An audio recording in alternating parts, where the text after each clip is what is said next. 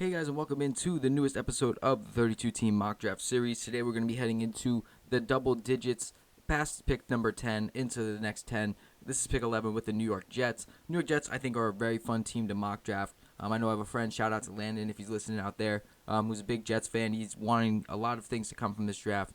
Because the Jets kind of went into a win-now mode last year, and then injuries kind of plagued the team, with the kissing disease and Mosley missing most of the season.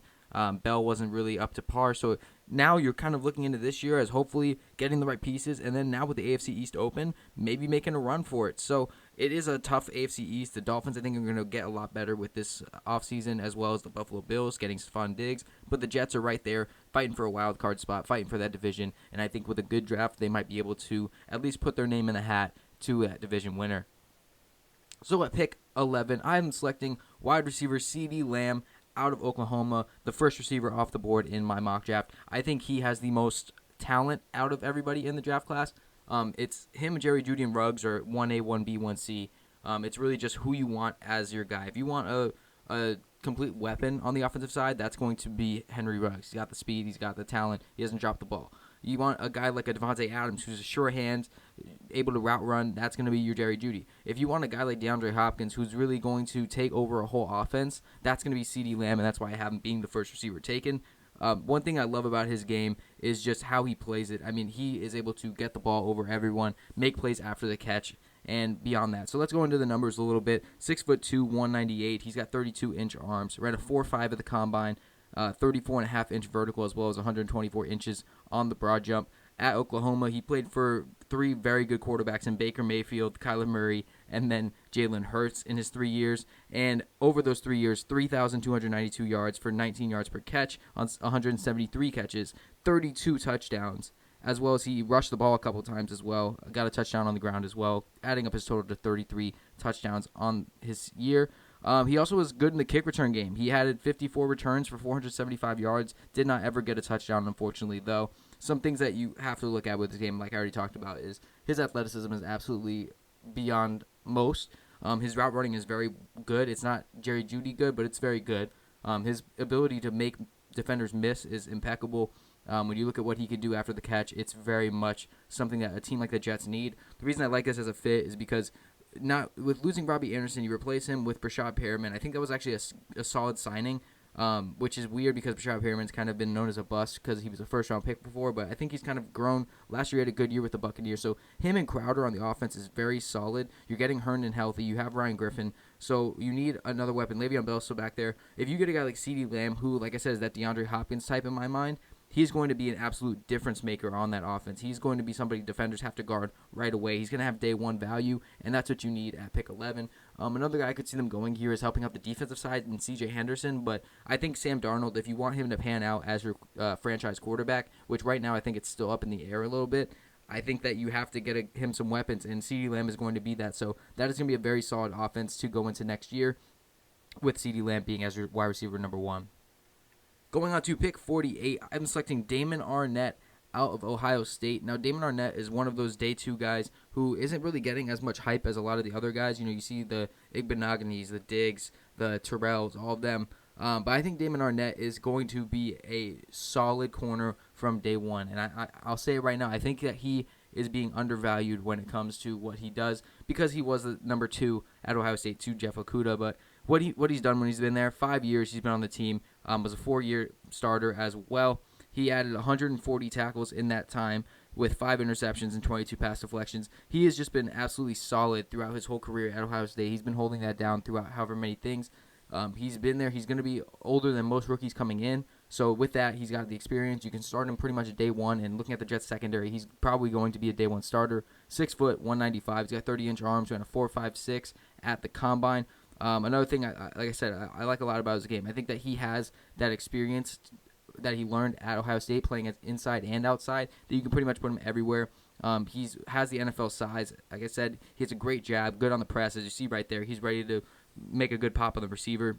He has this ability to kind of just always create contact when the ball is caught. So he's able to not, if they're going to come down with the catch, they're going to come down hard, basically. He is able to run support. He's able to cover well. I mean, he's pretty much just a balanced all-around corner. He can pretty much do everything good, and that's what you kind of need in today's day and age, especially when you have a team like the Jets where you took some bets on some corners, Tremaine Johnson, and they did not work out. So getting a guy that's just completely balanced that can go out there and just play good, that's what you need, and that's why I see them getting in Damon Arnette. Things that he could work on. He can definitely work on transitioning a little bit better. He has issues staying in position against some tough route runners, so he definitely could work on that as well. And a lot of people think he might have just benefited from all the pass rushers that he's had, but that's the knock on every Ohio State rusher or corner. I mean, because Ohio State's pass rush has been absolutely insane with the Bosa brothers and with Chase Young coming out. So people think that maybe Damon Arnette and Okudah. They thought that with Lattimore, they thought with everyone that they benefited from that. Every time they come out, they still do well unless their name's Eli Apple. So I think that Damon Arnette is going to be an absolute steal in the second round and going to be a very solid starter day one as well. Moving on to pick 68, I've been selecting center Lloyd Cushenberry III out of LSU. I like what he can bring to the table. He could go a little higher. He might fall a little lower. He's kind of in a weird spot, but 6'3", 312. He had 25 reps on the bench press. This is a guy that I think, again, you could start day one. Right now they have on their depth chart Connor McGovern being their starting center. I don't think that's a good starter at all. I think that Lloyd Cushenberry can hop in there and win that job at training camp. So in your first 3 picks, you already have 3 starters. This is an absolute steal to get 3 starters on your 3 picks for the draft, especially when you have a team with enough talent like the Jets. But what does he do good? He's pretty much always going to be the first to make contact. He's going to get up quick on the ball. That's what you want your centers to do always. He has very good pass protection. He's got great posture on it. Uses a lot of power.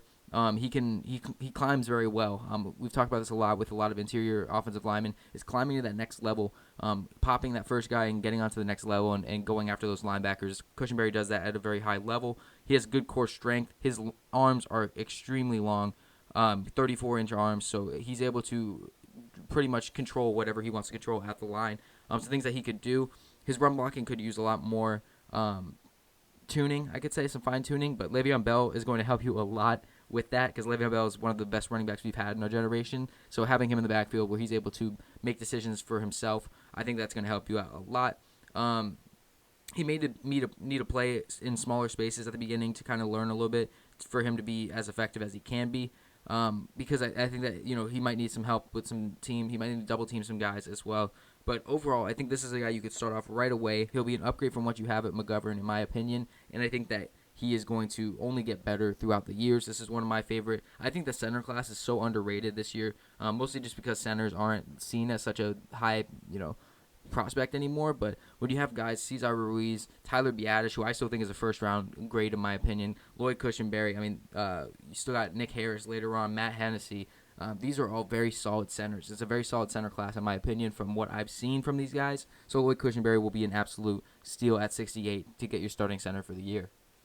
Moving into pick 68, I'm selecting defensive end Khalid Kareem out of Notre Dame. So not the Notre Dame pass rusher that most are after this year in Julian Aguara, but you do get a guy from like Khalid Kareem who will come in from Notre Dame as a 3-year starter, adding 108 tackles, 26 of them tackles for loss, 13 sacks, as well as 8 pass deflections and 4 forced fumbles in his career. He's 6'4", 268, 34.5-inch arms, pretty much 11-inch hands as well. Very long and lengthy and big when it comes to his length. What he can do at the next level, I think that he's going to show his excellent arm strength and his hand size. Those are clubs that he's swinging around. Even just looking at his arms in that picture, those things are long. He's going to be able to get out there. The swim move is going to be utilized very well. He uses his hands very well to go inside. He has that talent to kind of shed. He's able to shed the blocks at the top of the rush. He's able to kind of get out of his track stance pretty quick. That three down techniques. I don't know why I said three hand, but he has very good IQ and ball awareness. We see that in the pass deflections. He had very good production as well as Notre Dame, so getting him at 68 would be very solid. Some things I think you could work on with every prospect. There's things you could work on, just kind of fine-tuning those fundamentals and techniques. Ne's able to have that work mentality, but he has to be able to consistently do that to be a three-down guy. He needs to be more complex with his rushing. He's kind of a simple guy where you're pretty much, if you watch How to Rush Quarterback 101, it's pretty much what Khalid Kareem's going to bring to you. So adding some versatility there with some different moves, different looks would definitely help him out at the next level. But this is a guy where you could slot him in there in some rotational pieces, and I think he'll prove to be very solid. I know with the Jets, they kind of run a similar defensive to the Giants, which I'm very familiar with, where they have pretty much three big guys in the middle, and then they have some edge rushers on the outside. So Kareem could definitely help out, rotate in and out as an edge rusher on the outside. Could surprise some people in training camp, maybe even get on the field more than I think he will. But I think that he could be a starter within the next 2 seasons, which is kind of what you look for in those late day 2 guys. Moving on to pick 120, I'm selecting defensive tackle James Lynch out of Baylor University. I don't know why I just stuttered right there, but Lynch is a guy where he's just going to be a solid depth piece. I mean, at Baylor, 100 tackles, 34 of them were TFLs, 20 of them were sacks. He had 7 pass deflections as well, so the production is definitely there. He's 6'4", 289. His hands are almost 10 inches. He's got 32-inch arms, basically. He's not the most physical specimen. He's not really the most athletic specimen, but he's definitely going to be somebody that's going to be out there and fit what they can do there. Be that kind of, like right now in the depth chart, they have Quinn Williams as a I think a right end or a left end, whatever it is, but that's because of how they run their offense. And I think that this is a guy where you can slate in either on that side, maybe kind of give that kind of role, or just add his depth. Behind Steve McClendon, there really isn't any D tackle, pure D tackle guys. And I think that James Lynch could even go there because he's got a thick, burly frame. He's tough. His demeanor is very tough. He shows it on the field. He's able to explode. He kind of reminds me of what Quentin Nelson was doing in that video where he's screaming when he's going to block. I think James Lynch kind of goes into the field with that mindset where he's just ready to go rip off some heads, which is good for him. He's very good at what he's done. I mean, his production shows that. He's able to get sacks. He's able to get TFLs, and that's good. The problem is that he plays in a Big 12. He's not really – the competition is not always the best. Right in this picture, he's versing Stephen F. Austin, which is obviously, is not the greatest school for football. They've had good times, but, the production that he has may not translate to the NFL. And in my opinion, which it's going to sound stupid, but it doesn't really need to. I just need another body on my depth chart to be able to fill that hole. I think that James Lynch, with that production, with that IQ that he has, and with that kind of I'm going to go knock some heads off, that's the kind of mentality I want on my team. That's why I would get him here to be a depth guy for the Jets. If anyone goes down for an injury, you could fill him in, and I think that he would produce decently enough to still keep his roster spot. Then we go over to pick 158. I'm selecting offensive lineman Jonah Jackson out of Ohio State. I put offensive lineman because I think that he can move around a lot of places on the offensive line at the next level. When you look at what he is, he's listed as a guard from the combine. 6'3", 306, 33-inch arms, 10.5-inch hands, 28 reps on the bench press. He was a transfer from Rutgers. He was there for 4 years. He had his final year of eligibility, and he decided to go to Ohio State. He won the left guard job, which was cool, and he was a first team All Big Ten for his play. So he definitely was solid. I think that it's just his 4 years at Rutgers weren't impressive enough, and then you use the 1 season at Ohio State. You don't really know what you're getting. So he's going to be a very raw talent when it comes to what he is, even at his age as well. But he has that kind of flexibility to play center or guard. I personally think you might even be able to flex him out to tackle, being a 6'3". I think that he's big enough to be able to go out there. He improved every game. You saw the improvement, especially when he got to Ohio State. It's obviously a better program than what Rutgers has to offer. He showed that he one can win the job right away, and then on top of that, improved throughout the season, which is very good. He handles rushers very well. He's able to move his base. He's usually able to use what he has in his body and his frame to the best of his ability, which I think is good. He has that aggression to hold the blocks as much as he can. Some things that I definitely think he could do is that he needs to learn how to adjust a little bit better. He could struggle against NFL length because there's a lot of lengthy guys that are very talented at the next level. I'm not sure how he's going to face them if they're getting their hands on him first, as well as I think that he run blocks a little bit too tall. Even right here, this might have been a run play, which is kind of a weird thing, but it doesn't look like it is. Probably pass play, but he kind of stands tall too often. He needs to be able to get low, dip a little bit, and be able to adjust with the rushers. But Jonah Jackson, I think he is a project, even at his age, being a 5-year college player with his final year of eligibility. He's a guy you add to the depth chart. And, offensive line right now, it's a lot of plug and plays and see who works. We're still seeing if Adoga can be what he is. They signed a couple guys in the free agency that we'll see if they pan out. But Jonah Jackson's a guy who you could rotate around, and maybe he turns out to be something that could be a starter in the next few years. I'm not sure if it's going to be, but worst comes to worst, I think that the bottom, his floor is a solid backup. Then we go over to pick 191, the second to last pick for the Jets. I'm taking running back James Robinson out of Illinois State. This is just adding depth to the depth chart there behind Le'Veon Bell.